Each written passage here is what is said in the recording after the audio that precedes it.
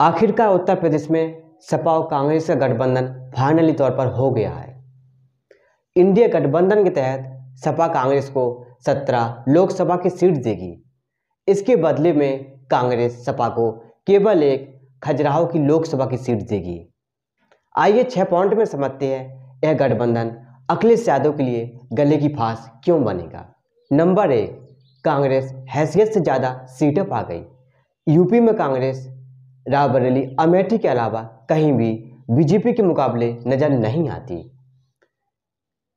वर्तमान समय में देखा जाए तो केवल रायबरेली की सीट ही कांग्रेस के पास है और उत्तर प्रदेश में कांग्रेस का जनाधार लगातार गिर रहा है।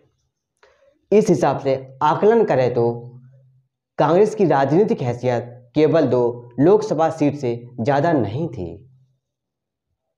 ऐसे में सपा कांग्रेस को 15 अतिरिक्त सीटें देकर खुद का ही नुकसान कर बैठी।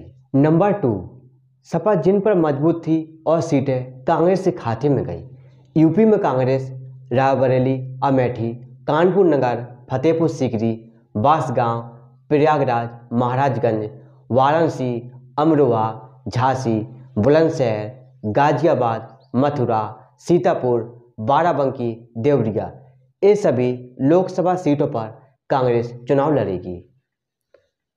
अमेठी और रायबरेली छोड़कर सपा कांग्रेस की अपेक्षा अन्य सभी सीटों पर ज़्यादा मजबूत थी।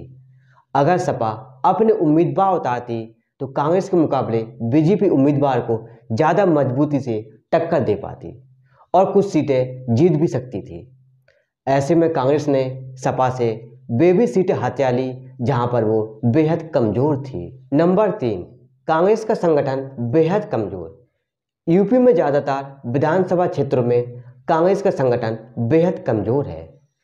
ऐसे में सपा को बाकी की 63 सीटों पर कांग्रेस के संगठन का लाभ मिलेगा, इसकी उम्मीद ना के बराबर है, क्योंकि जब संगठन ही मजबूत नहीं होगा तो सपा को कांग्रेस किस प्रकार मदद करेगी, यह तो सोचने वाली बात है।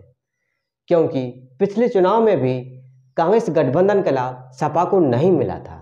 नंबर 4, कांग्रेस का वोट बैंक सपा को ट्रांसफर होगा, इसमें दुविधा है। कांग्रेस का पुराना वोट बैंक बिहार, मुस्लिम और सामान्य वर्ग के मतदाताओं को माना जाता है। मुस्लिम मतदाता पहले से ही सपा के वोट बैंक रहे हैं। ऐसे में कांग्रेस के वोटर माने जाने वाले बिहार और अन्य जातियों के लोग सपा उम्मीदवार को वोट देंगे, इसमें भी उम्मीद कम है। और वहीं पर सपा के वोटर माने जाने वाले यादव कांग्रेस उम्मीदवार को वोट देंगे, इसमें भी दुविधा का विषय है। ऐसे में सपा और कांग्रेस गठबंधन कितना कामयाब होगा यह तो समय ही बताएगा। नंबर 5, सपा की सीटें और भी कम हो सकती हैं। अखिलेश यादव के साथ भीम आर्मी चीफ चंद्रशेखर समेत छोटी छोटी पार्टियों के नेता है। ऐसा माना जा रहा है कुछ सीटें छोटी पार्टियों को भी देनी पड़ सकती हैं। अभी हाल ही में राजा भैया की पार्टी से भी सपा की नज़दीकी बढ़ी है।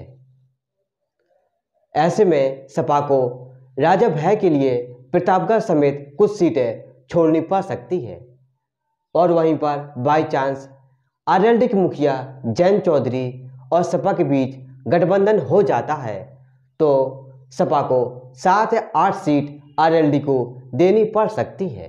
नंबर 6, चुनाव के बाद सपा को अन्य दलों से मिल चुका है धोखा। कांग्रेस और सपा का गठबंधन लोकसभा चुनाव के बाद भी बरकरार रहेगा, यह तो कहना मुश्किल है।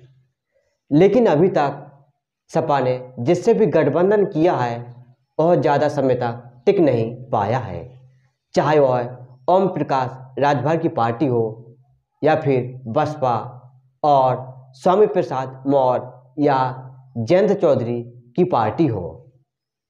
सभी ने चुनावी लाभ लेने के बाद सपा के साथ धोखा ही किया है।